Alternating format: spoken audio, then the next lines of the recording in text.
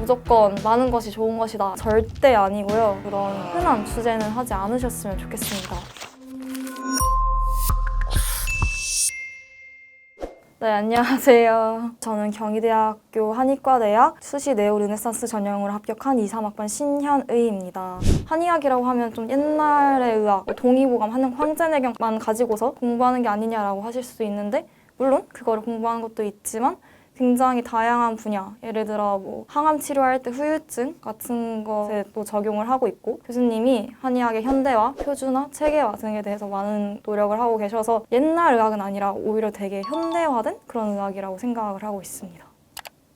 네, 네오르네상스 전형은 학생부 종합전형의 일종입니다. 학생부 종합전형의 특징은 아무리 내가 성적이 낮더라도 생기부의 질을 좋게 한다면 붙을 수 있고, 반대로 내신이 아무리 좋더라도 생기부의 질이 좋지 않으면 떨어질 수도 있는 그런 전형입니다. 그만큼 내 관심 분야에 대해서 얼마나 심화적이게 탐구를 했느냐가 중요한 그런 전형인 것 같습니다.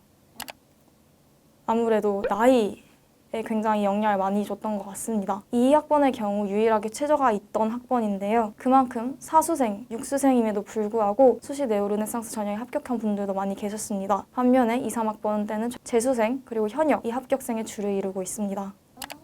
전 과목 기준으로 정확히 1학년 때는 1.0625였고요. 2학년 때는 1.36, 3학년 때는 2학기까지 포함해서 1.0의 내신 등급을 가지고 있었습니다.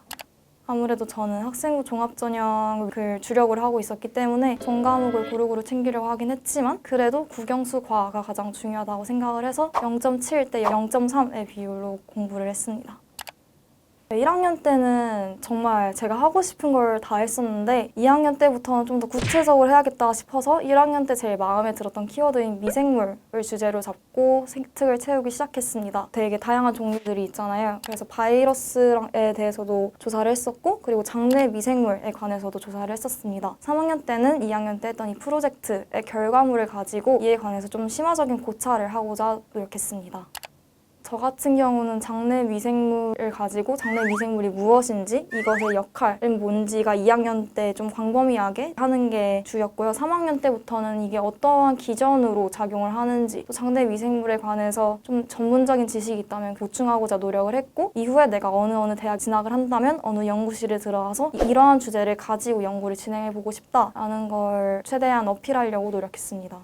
경희대학교 한의과대학이 되게 이런저런 소문이 많아서 3년 내내 한의대 생기부가 아니면 안 된다 이런 말이 많은데, 그거는 절대 아니고요. 일단 저 같은 경우도 의대를 준비했었기 때문에 한의대 생기부가 하나도 없었습니다. 그리고 특히 입문 내용으로 들어온 친구들 같은 경우는 3학년 때 갑자기 진로가 바뀐 애들이 많아서 그럼에도 불구하고 합격을 했기 때문에 굳이 3년 내내 한의학으로 도배를 하진 않아도 된다라는 주의입니다. 다만 제가 앞서 말씀드렸다시피 만약 계기가 바뀐다면 구체적인 이유, 계기 같은 것만 잘 찾아서 풀어내시면 될 것 같아요.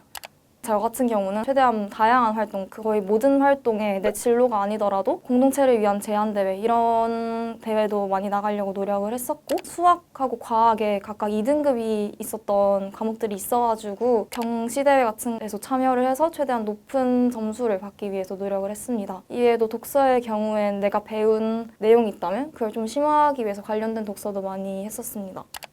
봉사활동은 2가지 정도가 가장 크다고 생각을 했는데, 한 가지는 밑반찬 봉사라고 해서 독거노인 분들께 밑반찬 가져다 드리면서 말동무도 해드리는 그런 활동이었고, 2가지는 시각장애인 점자도서관 봉사라고 해서 그분들이 점자책을 읽어야 하는데 그 중간 과정에 개입을 해서 좀 더 수월하게 작업이 진행될 수 있도록 하는 그런 봉사를 했었습니다. 봉사 시간은 100시간 넘게 한 200시간 가까이 채웠던 것 같습니다. 이거는 제가 1학년 때 저질렀던 실수인데, 무조건 많은 것이 좋은 것이다 라고 생각을 해서 구체적으로 적지 않고 무슨 활동을 했음, 무슨 활동을 했음 이렇게만 적었었거든요. 근데 이게 별로 도움이 되지 않는다는 생각을 해서 3학년 때 여러 가지 활동을 했었더라도 그중에서 제일 기억에 남는 한두 가지만 뽑아서 최대한 그걸 구체적으로 어떠한 과정을 통해 어떠한 것을 했고 이로 인해 일을 느꼈음, 그리고 이후에 했던 활동들을 바탕으로 미래는 어떻게 하겠다, 이런 식으로 좀 구체적으로 나열하는 방법을 택했었습니다. 세특 작성할 때 유의사항을 말씀드렸다면 이번엔 세특 내용을 구성할 때 유의사항을 말씀드리고 싶어요. 첫 번째, 모든 세특 내용을 내 진로와 연관시키지 말아라 입니다. 억지로 내 세특이랑 진로랑 연결시키려고 하면 되게 부자연스러워지고 어딘가 좀 빠진 것처럼 이상할 수가 있어요. 내 진로랑 연결 못할 것 같아 싶으시면 차라리 좀 더 심화된 내용을 넣는 게 좋을 것 같아요. 예를 들어 저 같은 경우는 미적분, 교육과정상에서는 어떤 물체의 부피를 구할 때 단면이 일정하다. 그래서 이것을 바탕으로 부피를 구하는 걸로 나와 있는데 저는 그러면 단면이 일정하진 않을 때는 부피를 어떻게 구하지에 대한 탐구를 했었거든요. 이와 같이 심화적인 탐구를 하는 게 오히려 더 좋은 점수를 받을 수 있다고 생각을 하고요. 두 번째, 정말 인터넷에 찾으면 바로 나오는 그런 흔한 주제는 하지 않으셨으면 좋겠습니다. 내가 세특을 어떠한 흐름으로 작성해야 될지 모르겠다 이러면 서울대 아로리 들어가셔서 이런 스토리텔링을 하는 게 정말 대학 입장에서 좋은 점수를 받겠구나 하는 좀 팁을 얻으셨으면 좋겠어요. 저도 서울대 아로리 사이트를 3학년 때 보면서 1학년 때부터 이거 봤으면 좀 더 좋은 생기부가 될 수 있었을 텐데 좀 더 스토리텔링이 있는 생기부가 될 수 있었을 텐데 라는 후회를 많이 했었습니다.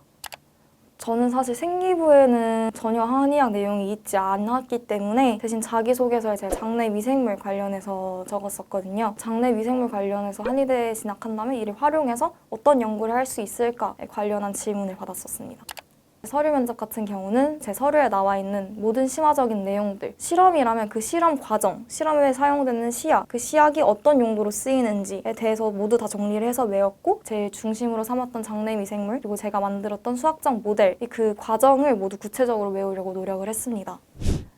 이게 되게 애매한 게 제가 다른 친구들의 생기부를 모르고 인터넷에 돌아다니는 좋은 생기부의 예시 이런 것만 봐서 좀 기준치가 높긴 했거든요. 근데 또 제가 고등학교 졸업하고 나서 경희대학교 입학사정관님께서 저희 학교 또 찾아오셨어요. 그분이 저희 3학년 진학 담당 선생님들한테 제 자료를 가져오시면서 아니 얘는 서류 점수도 너무 좋고 면접 점수도 너무 좋은데 어디 갔냐 이런 질문을 하셨대요. 제 생각과 그분의 의견들 종합해보자면 100점 만점에 한 78점 정도?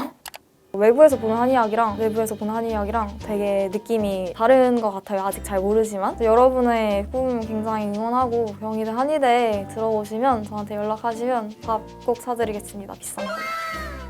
네, 생기부에 대한 궁금증 다 풀리셨나요? 더 궁금한 게 있다면 댓글로 남겨주세요. 스튜디오 러셀 구독, 좋아요, 알림 설정까지. 안녕, 다음에 또 만나요.